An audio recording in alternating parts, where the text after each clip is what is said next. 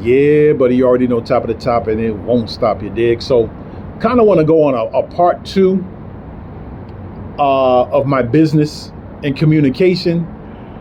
Listen, I just got off the phone with someone, and here's the thing: with modern technology, you have to not lean on it. Use it more as an alternative and not the primary. We got to get back to old school, picking up the phone, talking to people, because the thing with the text, you're not getting the intention and the full gist of what the concern is. There's a lot of misunderstanding. There's a lot of,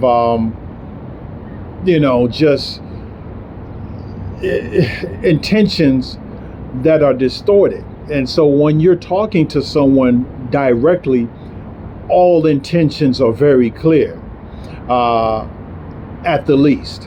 With texting, you're kind of just giving a side thought. You're not giving a thorough breakdown of what's happening. So I had a situation where I've been texting this person for the longest, and when I finally got to them, they basically when they finally picked up the phone, they explained to me they were on vacation. Well, the thing about it is, in business, if you're on vacation, or you're going to be away for a while, the best thing you can do is have a virtual assistant, and they're very affordable. Have a virtual assistant of some sort, or a personal assistant, that you pay or whatever, and have them take your calls. If they can't leave a voicemail, because at least with a virtual assistant, you're able to thoroughly articulate what's going on and so forth. But at the same token, try to have a personal assistant that's able to take on your, particular duties and what you normally do. Because what happens is time is of the essence. While we're waiting for a confirmation, you're on vacation. Not to say that vacations aren't good. Heck, I need one myself, but it's important to make sure all loose ends are tied. I know we want to get to our vacations and boogie jive and so forth, but make sure your business is taken care of before you head out to the Poconos, or Mount Shasta, or wherever you plan to go. Okay, stay on top of it. Be crisp. Be so sharp that even I have a colleague, and he always tells me that he said, "Hey man, look, I have to keep my phone on deck or my email just in case, even on vacation." That's how serious he takes it, because if something falls through and it's on your watch, even on vacation, you gotta take that L, because you didn't cross the T's and dot the I's. So we got to get away from texting. Let's get back to picking up our phones and talking to people and communicating with people, in addition to meeting people, seeing people face to face. If you can't meet them in person, get on that horn. I'm old school. If you got a problem with somebody, hey, or whatever, or an issue or concern, hey, let's meet up. Or I get on that phone and you gonna hear from me. Okay? So that's my thing. Be intentional in your role. Don't just be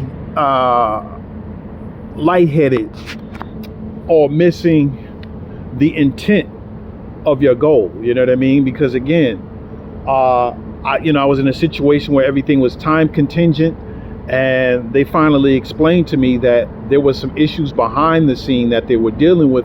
Now, instead of just texting me, because what happened was they would text me, they said, "Oh, we're on it. Oh, we're working on it." And I have a very short fuse. I don't have patience. So I said, "Well, you should have been on it a long time ago. What's the delay?" I don't care. I don't care if you like me. I'm saying, okay, if you're mad at me, who are you? I want my, remember MTV? I want my MTV. or JG Wentworth, I want my money now. You know what I'm saying? I want my money. I want them results now. You know what I'm saying? I want to hear from you because I deserve an explanation. And I've always been that way. You know, be intentional, speak with clarity. And what happened was this individual kind of left me in the dark.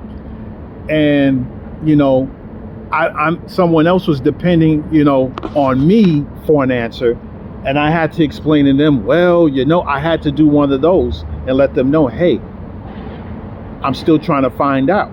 So with that happening, you know, I had to move on my own in terms of getting things going.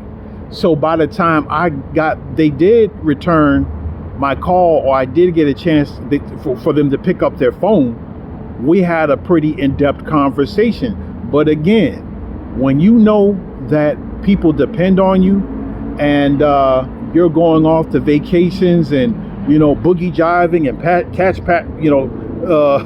cabbage patching, whatever you do, you know, make sure that all loose ends are tied.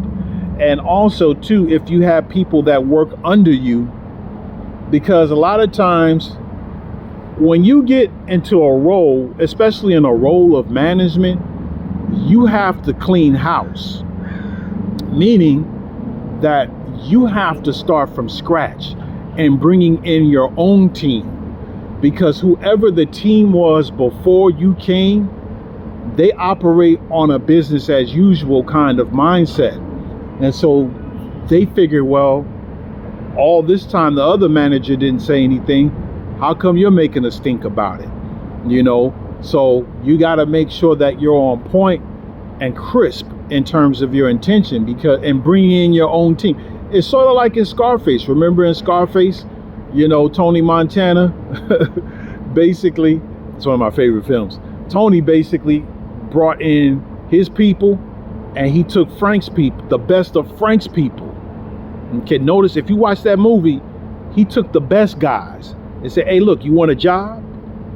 I got you a job, or you want to lay down? You know, you want to get down or you want to lay down? Tony gave him a choice, but he was like, man, I got to get down. Wise decision, you know. So go in there with your own squad and your own team and get the best of the best from other teams. Okay, that way your neck is not on the line. You have the best of people working with you, and you don't have any dead weight on your team. Because again, when you inherit another person's team, a lot of those guys are dead weight, and they've been there for so long, they get comfortable. Well, we're not in the business of comfortability. We're in the business of results. So it's important. Same thing with DJ crews. A lot of promoters will come in and they'll bring in somebody or whatever. Better yet, that's a bad example. A lot of venues will have the old DJ there just to say, okay, for familiarity's sake, we're gonna, you know, keep this person here, but they don't really do anything. Well, the old ownership got used to that, you know. So if that person flakes and does A, B, and C, that's kind of on you. But you didn't know this person's work ethic. So in the case of my particular situation, the person working under them flaked on them. So as a result, that put my contact in a shaky situation where they were looking bad. And that's the thing. You got to be careful who you bring around on your team, or what you inherit. If you're walking into a situation, you got to vet the people that you work with. And this is business. This isn't personal. If they have a solid reputation, you know, because the thing about it is, for the person that they previously worked with, they have a relationship with them. They don't have a relationship with you. And you got to do your own due diligence and doing your homework and making sure that these people are reliable. Because what happens is you end up getting a bill of goods that's bad. You get a lemon, basically. You get a bunch of lemons, okay, as opposed to a bag of gold. You dig? So vet the people that you're working with, that are supposedly on your team, and that'll eliminate a lot of dead weight. And also, again, even if the situation is not good, communicate that with the people that are trying to get in contact with you. Don't feel as if you're embarrassed to tell what's happening. No, you need to keep it real, as we say. Let us know. And this person with me, I go by the book and everything. So if I'm trying to reason with you respectfully and you're not speaking the language I want to hear, I'm going to take it to the next level. Okay, I'm going to go by the book. Okay, so I'm going to go over your head, basically. So you got to be careful of that because that places a bad reputation on you, and you're not being fully transparent into what's going on. You never tell people, oh, we're working on it, or oh, hold on, or what's another one they told me? They said, oh, we're working on it. No, don't do the we're working on it, or it's in the process. That should have, whatever is due should have been in the process a long time ago. We need to be in the process of finality at that point, you know, because for me, I was waiting to hear back from them and so forth, and we just had a break in communication, but mainly it was really on the person that I was trying to get in contact with, and they were just being real evasive and not answering questions. And you start to look real shaky when you don't answer questions and you're not thorough. Men are very transparent, especially when it comes to protecting our name and our image. We gonna lay down what's what, who's who, this is what happened. Don't put that on my name. You know what I'm saying? Like, because we don't want to walk around looking, halfway, or people looking at us funny style. Our reputation is everything. So if there's a holdup, you got to let them know, hey, this is beyond my control, but I'm gonna try my best to my ability to tie things up. And you got to be a person that's flexible. You got to have that heart of steel. And some people, they don't have it in them. You know what I'm saying? Like, it's just, you got to be able to talk to anybody and everybody with clarity and results. That's your goal. Okay, take your ego out of it. Okay, stop relying on that texting. Get on that phone and communicate like an adult what needs to be relayed. All right, in a minute.